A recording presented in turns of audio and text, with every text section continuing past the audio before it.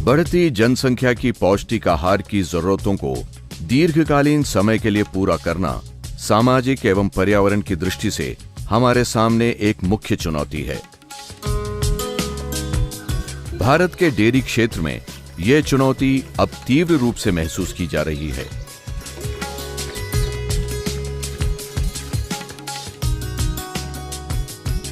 2021 तक देश में दूध की अनुमानित मांग 200 से 210 मिलियन टन प्रतिवर्ष हो जाएगी।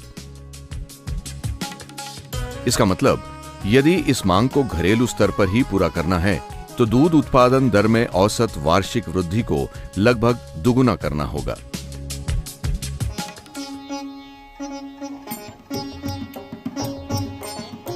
आमतौर पर दुधारू पशुओं की मूल खुराक में ज्यादातर हिस्सा फसलों के अवशेष, सीमित मात्रा में हरा चारा और कुछ अनाज, चोकर, खली या चूरी जैसे खाद्य पदार्थ शामिल होते हैं। नियमित रूप से ऐसी खुराक के फलस्वरूप प्रोटीन, ऊर्जा और खनिजों की मात्रा कम या ज्यादा हो जाती है, जिससे पशु का दूध उसकी आनुवांशिक क्षमता से कम हो जाता है और खर्चा भी स्वाभाविक रूप से बढ़ जाता है। इसके अलावा विभिन्न प्रकाशित विवरणों के अनुसार देश में वर्तमान पशु खाद्य संसाधनों की 30 से 40% कमी है।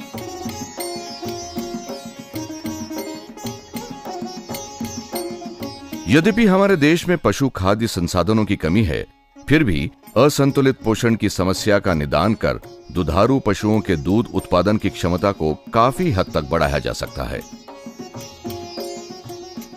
असंतुलित पशु पोषण के दुष्परिणाम यहीं खत्म नहीं होते, बल्कि इससे पशु के दूध देने की अवधि घटती है। दो ब्यांत के बीच का अंतर बढ़ जाता है। बछियों को पहली बार गाभिन होने में अधिक समय लगता है, उत्पादक जीवन कम होता है और मीथेन गैस उत्सर्जन की मात्रा बढ़ती है।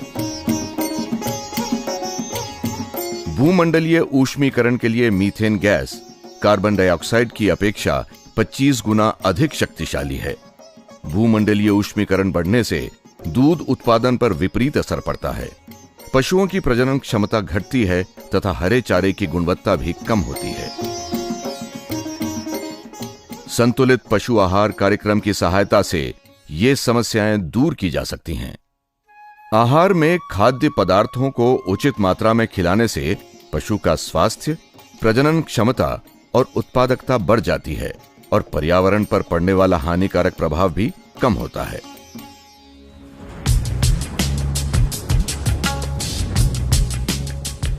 राष्ट्रीय डेयरी विकास बोर्ड ने पशुओं के लिए आहार संतुलन कार्यक्रम शुरू किया है, जिसे RBP के नाम से जाना जाता है।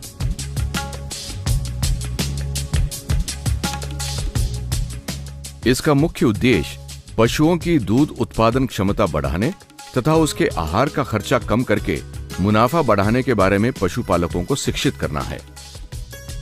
लेकिन इस कार्यक्रम को गांव स्तर पर कैसे लागू किया जाए, इसके लिए सॉफ्टवेयर कंपनी के सहयोग से राष्ट्रीय डेयरी विकास बोर्ड ने एक प्रोग्राम विकसित किया है, जिसका नाम इनाफ INAPH अथवा पशु स्वास्थ्य एवं उत्पादकता सूचना तंत्र है। यह विंडोज आधारित इंटरनेट से जुड़ा प्रोग्राम है, जिससे कंप्यूटर, लैपटॉप, नोटबुक अथवा पर्सनल डिजिटल असिस्टेंट पर भी चलाया जा सकता है।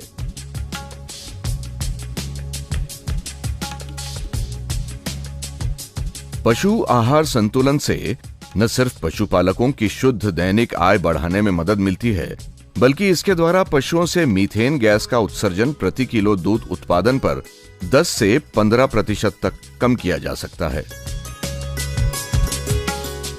दूध उत्पादन के लिए पोषक तत्वों का प्रभावी ढंग से इस्तेमाल किया जा सकता है, जिसके फलस्वरूप गोबर एवं मूत्र के जरिए पोषक तत्वों का विसर्जन कम होता है और जल एवं वायु प्रदूषण भी कम होता है।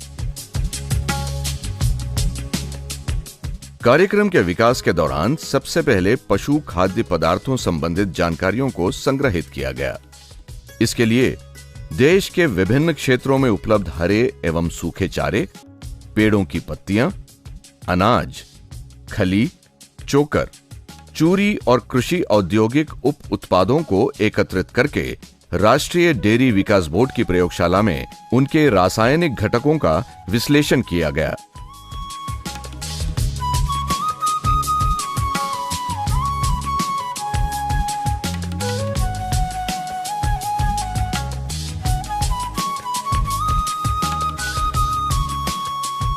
इसके अलावा दुधारू, गाभिन एवं बढ़ते पशुओं की पोषण आवश्यकताओं का मूल्यांकन राष्ट्रीय एवं अंतर्राष्ट्रीय मानकों के आधार पर किया गया।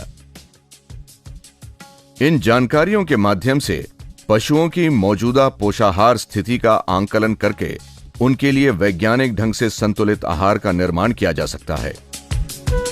इस कार्यक्रम द्वारा क्षेत्र विशेष खनिज मिश्रण एवं स्थानीय स्तर पर उपलब्ध खाद्य पदार्थों का प्रयोग करके किफायती संतुलित आहार तैयार किया जाता है।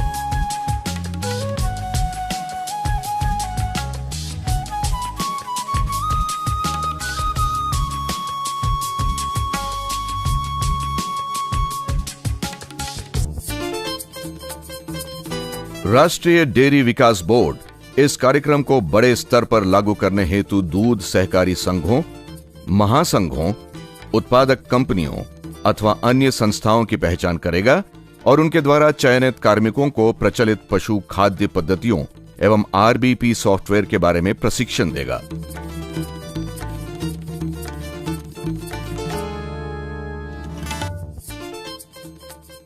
इसके बाद ये संस्थाएं गांव स्तर पर ऐसे स्थानीय संसाधकों की पहचान करेगी जो पशुपालन में भली भांति परिचित हों।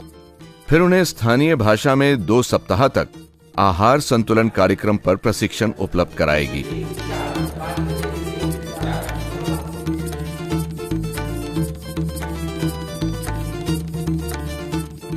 ये स्थानीय संसाधक घर घर जाकर पशुपालकों को आहार संतुलन संबंधित परामर्श देंगे। कार्यक्रम शुरू करने के लिए गांव की बैठकों में पशुपालकों के साथ इस कार्यक्रम के महत्व पर चर्चा करके लाभार्थियों की पहचान की जाती है। फिर चुनिंदा पशुपालकों के घर घर जाकर आहार संतुलन कार्यक्रम के लिए पशुओं को चुना जाता है एवं उन्हें ईयर टैग लगाए जाते हैं। तदोपरांत स्थानीय संसाधक दूध वसा के विश्लेषण के लिए दूध के नमूने एकत्रित करता है तथा रोजाना चारे में दिए जाने वाले खाद्य पदार्थों एवं पशुओं के दूध उत्पादन इत्यादि का विवरण लेता है। फिर संतुलित आहार तैयार करके पशुपालकों को बताता है। स्थानीय संसाधक यह भी सुनिश्चित करता है कि पशुपालक संतुलित आहार के सुझावों का पालन करें।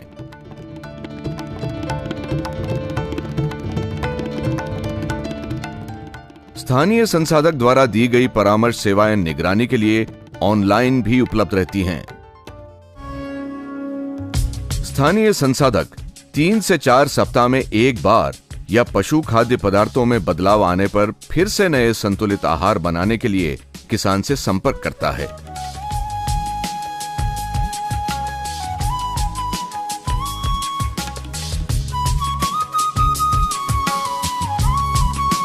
स्थानीय संसाधक पशुपालकों को पेयजल के महत्व, चारा कुट्टी करके खिलाने, टीकाकरण, कृमिनाशक, बछड़े या बछियों के पालन पोषण के लिए वैज्ञानिक पशुपालन पद्धतियों के बारे में भी शिक्षित करते हैं।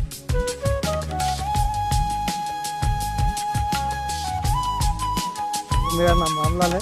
संतुलित पशु आहार मेरे जैसे किसान संतुलित पशु आहार कार्यक्रम मेरे जैसे किसानों के लिए बेहद फायदेमंद है। स्थानीय संसाधक ने न सिर्फ आहार संतुलन के बारे में बताया है, अपितु दुधारू पशुओं को उचित मात्रा में पानी पिलाने, नवजात बछड़ों को खीस खिलाने, नियमित रूप से पशु टीकाकरण एवं कृमिनाशक देने के महत्व के बारे में भी जानकारी दी है, जिसके फलस्वरूप अब हमारा पशुधन निरोगी रहता है और हमारे 4 पशुओं से शुद्ध दैनिक आय 100 रुपए बढ़ गई है। और इससे हमारा आर्थिक विकास बहुत हो रहा है। संस्थाओं के प्रतिनिधि क्षेत्र भ्रमण के समय स्थानीय संसाधक के कार्य की निगरानी करते हैं तथा इस काम में कंप्यूटर पर लोड की गई प्रबंध सूचना प्रणाली की मदद भी ली जाती है। सारे आंकड़ों को केंद्रीय सर्वर में स्टोर किया जाता है, जहां से कार्यक्रम लागू करने वाली विभिन्न संस्थाओं के कार्य की समीक्षा की जा सकती है। इससे भारत के विभिन्न क्षेत्रों में अलग अलग श्रेणी के पशुओं की पोषाहार स्थिति, दूध उत्पादन की लागत, दूध देने की अवधि और दूध की मात्रा का आंकलन करने के लिए सूचना एकत्रित करने में भी मदद मिलती है। विभिन्न राज्यों में अब तक लागू किए गए आहार संतुलन कार्यक्रम से पता चला है कि दूध उत्पादन बढ़ने और आहार की लागत में कमी आने से पशुपालक की शुद्ध दैनिक आमदनी में 15 से 25 रुपए प्रति पशु के हिसाब से वृद्धि होती है। कार्यक्रम को व्यापक स्तर पर लागू करने से पशु उत्पादकता और दूध की गुणवत्ता पर ग्रीन हाउस गैसों द्वारा होने वाले हानिकारक असर को भी कम किया जा सकता है। मारू नाम दयाबेन छे। आ पशुपालनનો धंधो पशुओं के खानपान की लगातार बढ़ती कीमतों और उनसे प्राप्त दूध उत्पादन को ध्यान में रखते हुए डेयरी व्यवसाय मुझे भविष्य में फायदे का सौदा नहीं लग रहा था। चूंकि मैं पशुओं को वैज्ञानिक आधार पर खिलाने की पद्धति से अनभिज्ञ थी और उन्हें बिना कुतरा घास चारा, पशु आहार तथा कुछ स्थानीय स्तर पर उपलब्ध खाद्य पदार्थ जैसे बिनौला, खल, चोकर इत्यादि खिला रही थी। लेकिन जब मैंने बनास डेयरी के पशु आहार संतुलन कार्यक्रम के बारे में सुना तो मुझे काफी अच्छा लगा और मैं तुरंत उसका सदस्य बन गई। प्रशिक्षित स्थानीय संसाधक ने मेरे सारे पशुओं का पंजीकरण करके उनकी दूध मात्रा, दूध वसा एवं वर्तमान में खिलाए जा रहे सभी खाद्य पदार्थों का ब्यौरा तैयार किया तथा इन सभी जानकारियों को ध्यान में रखते हुए संसाधक ने स्थानीय तौर पर उपलब्ध खाद्य पदार्थों का समायोजन करके मेरे पशुओं के लिए एक संतुलित पशु आहार खिलाने का तरीका बताया। अब मैं निरंतर अपने पशुओं को संतुलित आहार खिला रही हूँ, जिसमें क्षेत्र विशेष खनिज मिश्रण भी शामिल हैं। संतुलित आहार खिलाने से दूध उत्पादन में प्रति पशु आधे किलोग्राम की वृद्धि हुई है, सूखे चारे का नुकसान घटा है और मेरी रोज की आमदनी में प्रति पशु लगभग 20 रुपए की बढ़ोतरी हुई है। शुद्ध आय बढ़ने से मेरा डेयरी व्यवसाय में विश्वास भी बढ़ा है। घणो बधो विश्वास जाग्यो न फायदाकारक लाग्यो। विभिन्न प्रौद्योगिकीय या तकनीकी पद्धतियों को अपनाने से विभिन्न क्षेत्रों में उत्पादकता को बढ़ावा मिला है। अब डेयरी क्षेत्र की बारी है।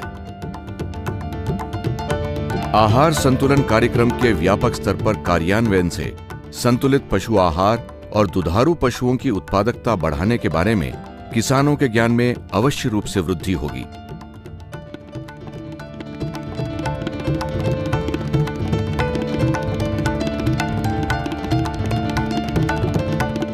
नमस्कार, मेरा नाम अभिराज चौधरी है।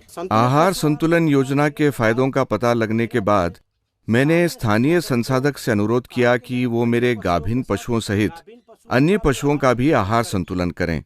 उन्होंने पशुओं की विभिन्न जरूरतों को ध्यान में रखते हुए मेरे पास उपलब्ध पशु खाद्य पदार्थों का सही अनुपात बनाकर संतुलित आहार तैयार किया। अब मैं अपने पशुओं को उनके सुझाव के अनुसार खिला रहा हूं, जिससे मेरी प्रतिदिन की आय 22 रुपए प्रति पशु बढ़ी है। अब मेरे पशु नियमित रूप से मद में भी आ जाते हैं और स्वस्थ भी रहते हैं। मुझे आशा है कि मेरे गाभिन पशु हृष्ट-पुष्ट बछड़ों को जन्म देंगे और पिछले वर्ष की तुलना में दूध उत्पादन भी बढ़ेगा।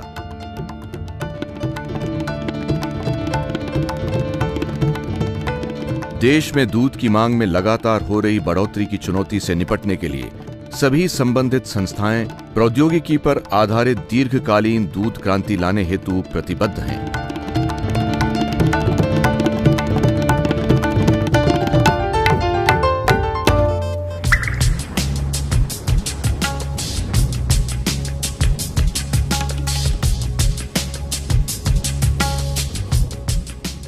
राष्ट्र फिर से ये उम्मीद करता है कि सभी संबंधित संस्थाएं किसानों को वैज्ञानिक तकनीकों का उपयोग करने में शिक्षित करके देश को दूसरी श्वेत क्रांति की ओर अग्रसर करेंगी।